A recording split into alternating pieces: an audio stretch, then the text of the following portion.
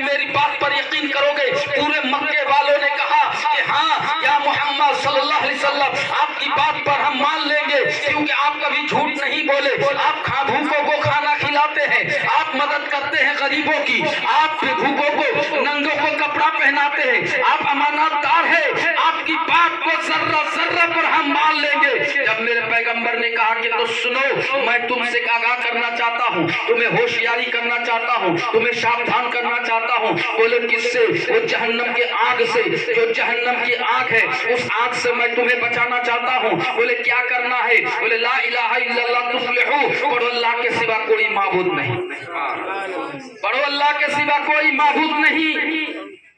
تو سب نے سنا کہ ارے میرے ہم سب کے بتوں کو یہ برا بھلا کہنے لگا، یہ تو بات مانی نہیں جائے گی۔ ابو جہل نے نہیں مانا، کہہ کر چلنے لگا۔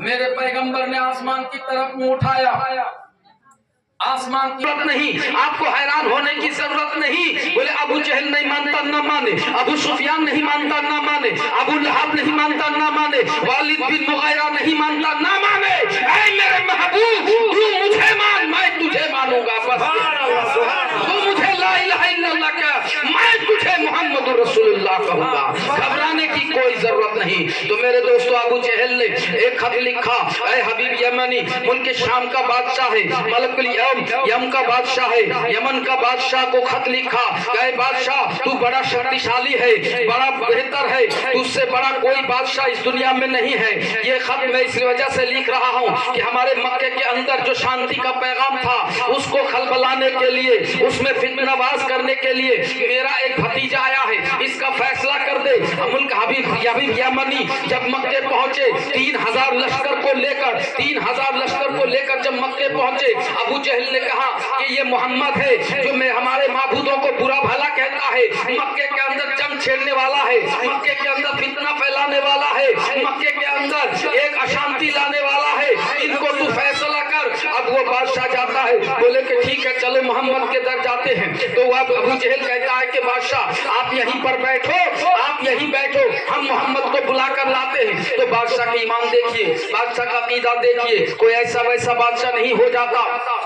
دیکھو وہ بادشاہ ہے، ہماری ضرورت محمد کو نہیں ہے، اس لیے محمد کو یہاں بلانے کی ضرورت نہیں ہے، بلکہ ہم جائیں گے محمد کے دربار پر۔ ایک بار دن میں 1 مرتبہ کھاتے تھے اور لوگوں کو، پرجاؤں کو 2 مرتبہ کھلاتے تھے 61 سال کے بعد۔ لو میں بادشاہ ہوں، میں اس میں پرجاؤں کا مالک ہوں، جب تک میں بھوکا رہوں گا میں یہ سوچوں گا کہ میرے پرجا بھی بھوکا ہے، اگر میرا پیٹ بھر گیا تو میں سوچوں گا کہ میرے پرجا کا بھی پیٹ بھر گیا، یہاں پرجا بھوکا مر جائے چاہے۔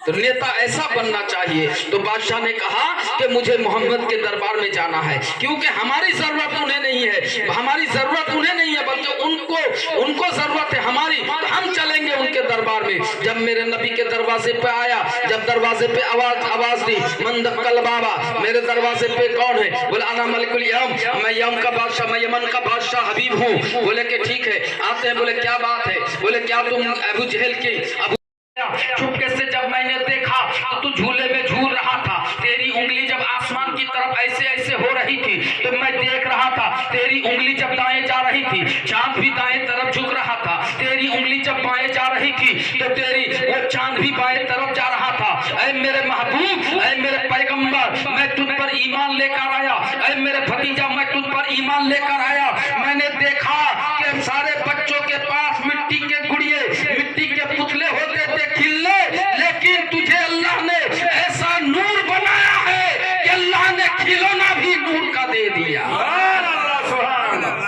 سامعین کرام، حبیب سے کہتا کہ حبیب اب دیکھ، میں اشارہ کرتا ہوں چاند کی طرف دیکھ، صرف تو نہیں دیکھے گا، میں نہیں دیکھوں گا، یہ پوری دنیا والا دیکھے گا، پورے پرتھوی والا دیکھے گا، پورے زمین پر جو بھی آسمان کی طرف نظر کرے گا ہر کوئی دیکھے گا۔ جب میرے پیغمبر نے چاند کو اشارہ کیا، چاند نے اپنے سینے کو چاک کر کے 2 ٹکڑے ہو گئے، 2 ٹکڑے کر دیے۔ بولے کہ چاند تو اللہ کے حکم سے نکلا تھا، تو اللہ کے حکم سے آب دے رہا تھا،